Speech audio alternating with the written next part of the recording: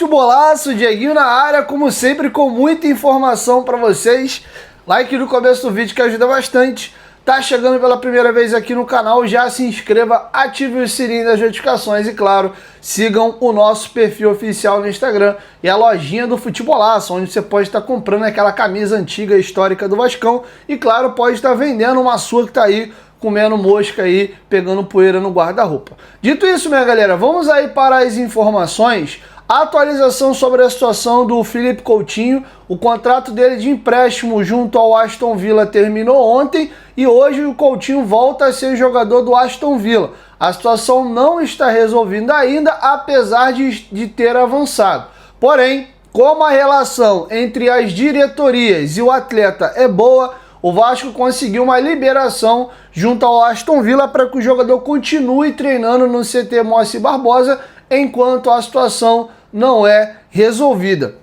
Beleza? Então o Coutinho treinou hoje normalmente aí com o grupo mesmo, nesse momento voltando a ser jogador do Aston Villa e ele tem a liberação do clube inglês para continuar aqui, até porque há interesse do Aston Villa em resolver a situação do Coutinho para que ele não volte para a Inglaterra. Da mesma forma, o Coutinho não quer voltar para a Inglaterra, quer ficar no Vasco e o Vasco quer que o Coutinho continue. Então é questão de tempo da situação ser resolvida, é mais uma questão burocrática mesmo. E aí volta a falar o que eu frisei para vocês na semana passada. Vide esse impasse até o presente momento. A presença do Philippe Coutinho no amistoso contra o Montevideo Wanderers no sábado ainda é uma incógnita. Para que ele possa jogar o amistoso representando o Vasco, ele tem que estar no mínimo ou desligado já da equipe inglesa ou já novamente religado ao Vasco, tá? Então vamos aguardar a cena dos próximos capítulos, mas dessa semana não passa, tá bom? Inclusive, uma informação interessante dada pelo companheiro Emerson Rocha do canal Atenção Vascaínos, e eu ia até comentar isso no canal aqui dessa semana. O Coutinho deve passar a utilizar a camisa 10 que foi deixada por Dimitri Payet. E agora eu vou fazer uma sugestão. Com a 10 indo para o Coutinho, a 11 vai ficar vaga. Eu daria a 11 para o Nuno.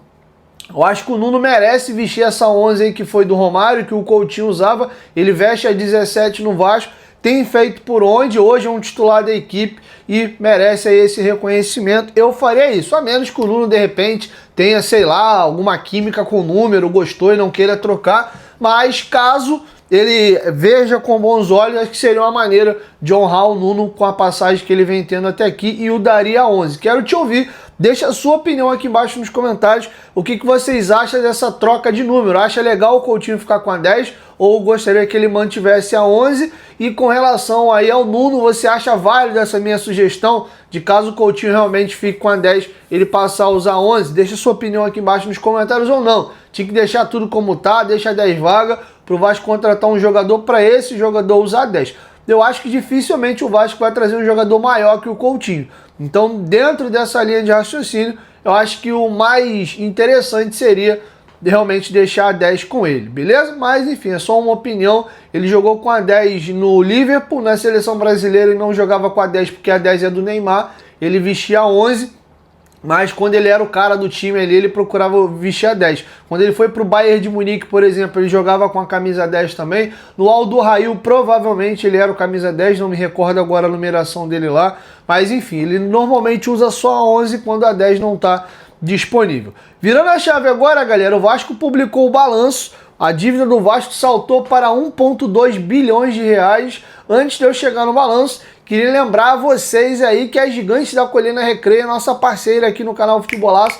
Pô, já há uma paz de tempo, essas camisas do Vasco aí de 2023 para frente, 95% que eu tenho, tudo veio aí da Gigante da Colina Recreio. Eles enviam para todo o Brasil, tirando as camisas que foram lançamento agora. Você usa o cupom Dieguinho10, você ganha desconto. Então entre em contato com eles, a camisa nova tá espetacular. Fiz inclusive um unboxing, um review da camisa aqui para vocês verem detalhe por detalhe. Adquire lá, aproveita que eu fiquei sabendo que a venda tá, ó, tá forte, tá grande, para você não perder a oportunidade de comprar a sua. Eles parcelam direitinho e tem vários itens em promoção nesse momento na loja. Aproveita para usar o nosso cupom para garantir uma compra ainda melhor, beleza? Gigante da Colina Recreio, parceira do canal Futebolaço. O link tá aqui, ó, na descrição do vídeo no primeiro comentário fixado.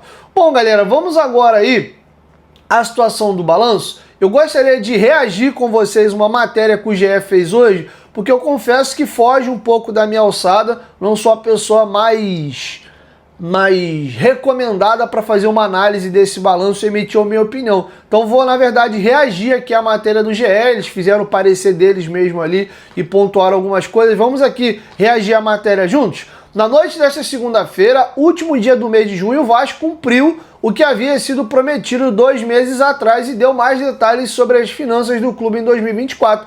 O relatório destaca a dívida bilionária da SAF de 1,2 bilhão e o aumento de algumas receitas, como premiações e valores provenientes de transferências de atleta. Queria fazer uma primeira pausa aqui.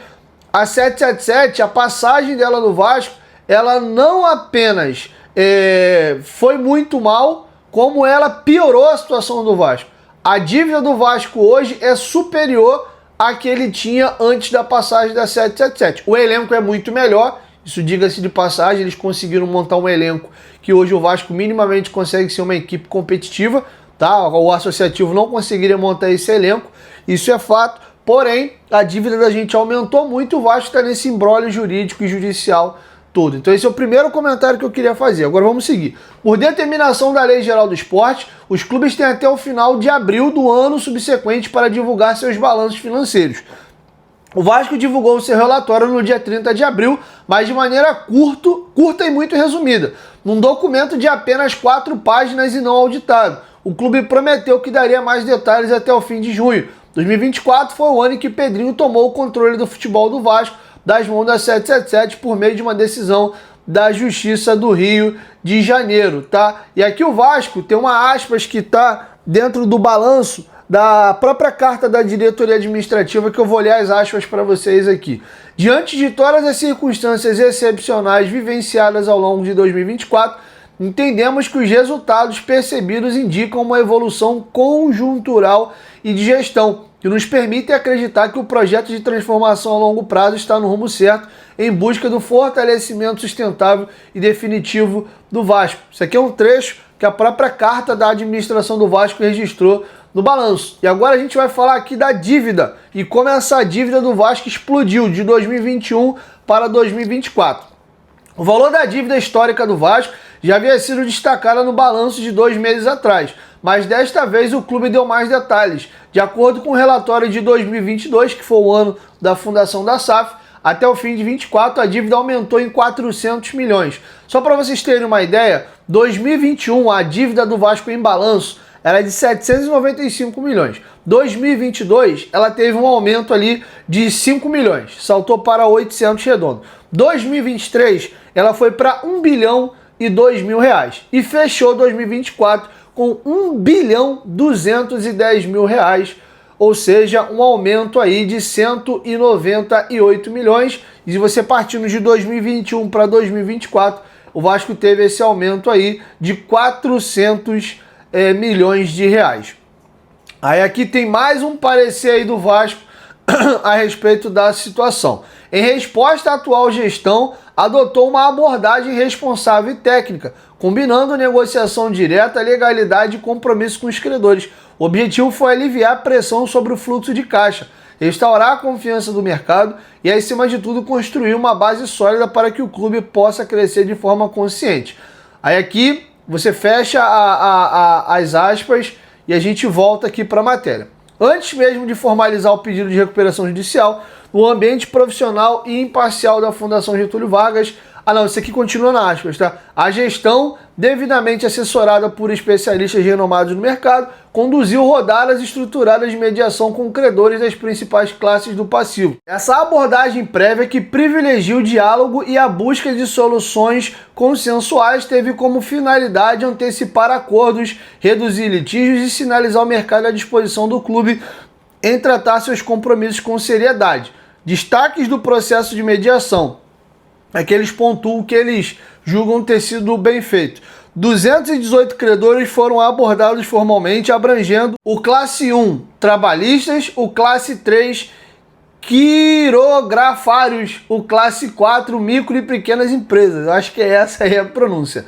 Outro item, 155 credores aderiram voluntariamente às condições propostas pela SAF. Na classe 1 trabalhista, mais de 47 milhões em créditos foram mediados com sucesso, com o apoio de aproximadamente 52% dos credores dessa fase.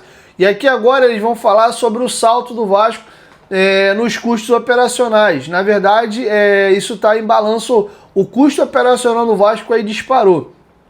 O ano de 2024 foi marcado por um aumento significativo nos custos operacionais do clube, de 370 milhões no ano anterior para 435 milhões. O salto está diretamente relacionado às contratações realizadas no período, conforme aponta o relatório. O aumento observado nos custos operacionais no ano de 2024 está diretamente relacionado às contratações realizadas no período. Esse movimento impactou duas rúbricas relevantes: os valores registrados a título de amortização de direito de aquisição de atletas, que apresentaram crescimento substancial em relação ao exercício anterior. Os custos com o pessoal, que também apresentaram elevação em virtude do incremento das verbas salariais, encargos e direitos de imagem relacionados aos novos atletas e membros da comissão técnica incorporados à estrutura. Aí aqui um ponto positivo no meio dessa situação toda foi o aumento das receitas do Vasco. Como o Vasco já havia divulgado preliminarmente no relatório de 2 meses atrás, o clube conseguiu aumentar as receitas em 2024. Houve, por exemplo, o registro do faturamento total de 474 milhões, que, por exemplo, é superior aos 299 milhões de reais do ano de 2023, tá bom? Desse montante aí, 174 milhões foi em transferência de atleta, o maior registro da história do Vasco. Um dos motivos foi o desempenho esportivo do Vasco, que terminou o brasileiro em 10º lugar e chegou até a semifinal da Copa do Brasil. O Vasco tinha em 2023 de premiação 19,8 milhões, fechando aí 2024 com 52 milhões. O balanço também destaca o faturamento em venda de atletas, em especial de Gabriel Peck para o Los Angeles Galaxy por 10 milhões de dólares e de Marlon Gomes para o Shakhtar Donetsk por 12 milhões de euros. Aqui a gente pode pontuar dois itens que são fundamentais. O Vasco precisa escalar essa receita, tendo times competitivos e sem você estrupiar o clube e você ter condição de honrar essa folha salarial, diga-se de passagem. Mas se você tem um time competitivo, olha a fábula que os clubes brasileiros estão embolsando no Mundial de Clubes. O Fluminense e o Palmeiras, que passaram das oitavas, só nessa classificação foi 72 milhões de reais. Dá mais, por exemplo, do que tudo que o Vasco arrecadou em premiação no ano de 2024 inteiro dele. Só essa classificação das oitavas para as quartas de final que o Fluminense e o Palmeiras tiveram nesse Mundial de Clubes. E outra rúbrica de receita importante é venda, cara. Não tem jeito. Você tem que usar a base para formar, revelar, melhorar o teu elenco por um período e vender esses jogadores. Você vê que os clubes de ponta do Brasil, eles formam times competitivos, não é com a molecada. A molecada fica ali um tempo, eles valorizam o máximo que dá, os clubes que têm dinheiro como Flamengo e Palmeiras, e aí realizam a venda no momento que eles conseguem valorizar ao máximo o ativo. E aí a venda desses jogadores refinancia o clube. Ajuda a pagar custo operacional, a contratação de jogadores com a idade um pouco mais alta e jogadores mais prontos que também a Europa já não tem interesse e que vão ficar aqui para ser a base desse time. Então você vê aí o Palmeiras vendendo um jogador a dar com pau um atrás do outro, né? Desde do Gabriel Jesus para cá é absurda a quantidade de jogador que o Palmeiras vem vendendo e as cifras vultuosas que vem circulando em volta dessas transações. O Vasco tem que vender todo ano jogador da base, cara. Esse ano é o Ryan, tem que, se for poder vender o Ryan por 100 milhões, 100 e poucos milhões, e aí vir numa esteira, aí tu vende o GB, tu vende o Luiz Gustavo, tu vende o Paulinho, tu vende o Elder, e aí você tem que manter uma constância. Aí você pega parte desse recurso, contrata outro jogador mais experiente e vai elevando o nível do time e vai reinvestindo na base para revelar cada vez melhores jogadores. Então o Vasco precisa muito, além de patrocínio, venda de produtos licenciados. O Vasco está muito defasado, por exemplo, com relação a São Januário. São Januário hoje causa um problema seríssimo ao Vasco no comparativo com os seus rivais, porque as equipes que têm arenas grandes, modernas, com preço de ingresso mais elevado e com a capacidade maior, Maracanã cabe 70 mil lugares. São Januário cabe 18, 20, pô. Entendeu? O próprio Fortaleza, que, pô, não tem um tamanho de torcida que a gente tem, joga para um estádio enorme. A média de público do próprio Fluminense, que a gente brinca aí e tal, a média de público do Fluminense no ano é maior que a nossa. Por quê? Porque eles jogam no Maracanã. Então, assim, tudo isso é importante e o Vasco precisa movimentar para poder voltar aos seus dias de glória, beleza? Caminhando agora aqui mais para a reta final, um detalhe que está dando muita briga, principalmente no meio da política do Vasco aí, é que a auditoria que foi contratada, se eu não me engano é a BDO, para dar um parecer sobre o balanço que o Vasco publicou, eles preferiram aí não dar um parecer e vocês vão entender. Ó. O auditor independente que analisou as finanças do Vasco se absteve de emitir opinião. Confira o trecho do relatório da empresa BDO. Aspas aqui para a empresa. Fomos contratados para examinar as demonstrações contábeis do Vasco, Sociedade Anônima do Futebol em recuperação judicial, que compreendem o balanço patrimonial de 31 de dezembro de 2024 e as respectivas demonstrações do resultado abrangente das mutações do patrimônio líquido e dos fluxos de caixa para o exercício findo nesta data, bem como as correspondentes notas explicativas compreendendo as políticas contábeis significativas e outras informações elucidativas. Não expressamos opinião sobre essas demonstrações contábeis acima referida, pois devido à relevância dos assuntos descritos na seção intitulada Base de Opinião, para abstenção de opinião sobre as demonstrações contábeis, não nos foi possível obter evidência de auditoria à própria.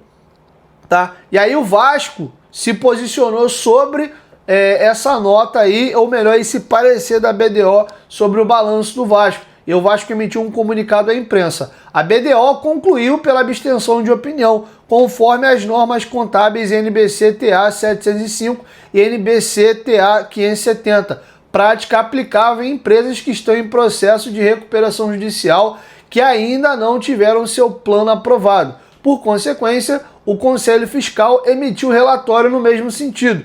Além disso, em decorrência das limitações relacionadas ao processo de recuperação judicial, a BDO não teve prazo hábil para concluir a análise de toda a documentação enviada, que não altera a conclusão do relatório. E aqui nós temos um parecer do Conselho Fiscal do Vasco, e aí fechamos aí essa situação do balanço. Aqui vem as aspas do Conselho Fiscal. Este Conselho Fiscal encaminha as demonstrações financeiras de 2024 para a deliberação do Conselho de Administração da Vasco SAF, na forma do seu Estatuto Social, não se opondo à sua divulgação, destacando, contudo, as limitações constantes no relatório do auditor independente BDO, reportado nesta data. Destacamos em especial os pontos de documentação suporte, cuja análise não foi concluída pelo auditor, o que certamente impacta este parecer. Além disso, ressaltamos os pontos de atenção abaixo, e aqui vem. A incerteza sobre a continuidade operacional da Vasco SAF persiste desde o primeiro parecer desse conselho, em abril de 2023. Os números mostram uma piora significativa em comparação a 2023, quando já apontávamos um patrimônio líquido negativo de 612 milhões. O PL permaneceria negativo mesmo com os aportes previstos de 270 e 120 milhões, que seriam integralizados em 2024 e 2025, respectivamente. Entrei em março de 22, aqui são as datas do balanço, tá? Com a inadimplência do acionista majoritário anterior, não houve os aportes previstos, levando o CRVG e a Vasco SAF à recuperação judicial, resultando em um PL negativo, ou seja, saltou de 612 para 734 milhões. Mesmo com uma gestão excelente do plano de recuperação judicial, que traz embutido um desafio operacional bastante relevante. As premissas do PRJ não são suficientes para viabilizar o fluxo de longo prazo, sendo essencial um evento de liquidez externa. Mesmo com o aumento da receita total operacional líquida, de 349 para 452 milhões, novo recorde histórico da SAF do Vasco, a necessidade de reduzir o endividamento via RJ e equilibrar receitas, despesas e investimento permanece crítica para a viabilização da empresa. Resumindo aqui, ficou muito técnico, pelo que eu entendi.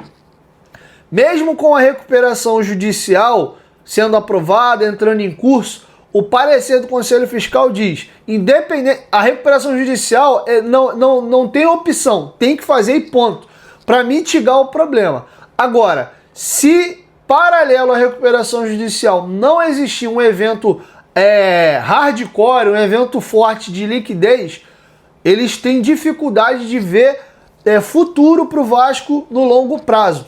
Tá? E o que seria esse evento de liquidez? É uma grana que entraria pesada de fora. Pô, o Vasco, de maneira milagrosa aí, revelou 3 fenômenos na base e a venda dos 3 no mesmo ano gerou 600 milhões de reais. Pô, irmão, 600 mil aqui, ó, pra dentro do caixa. Nossa, negócio extraordinário.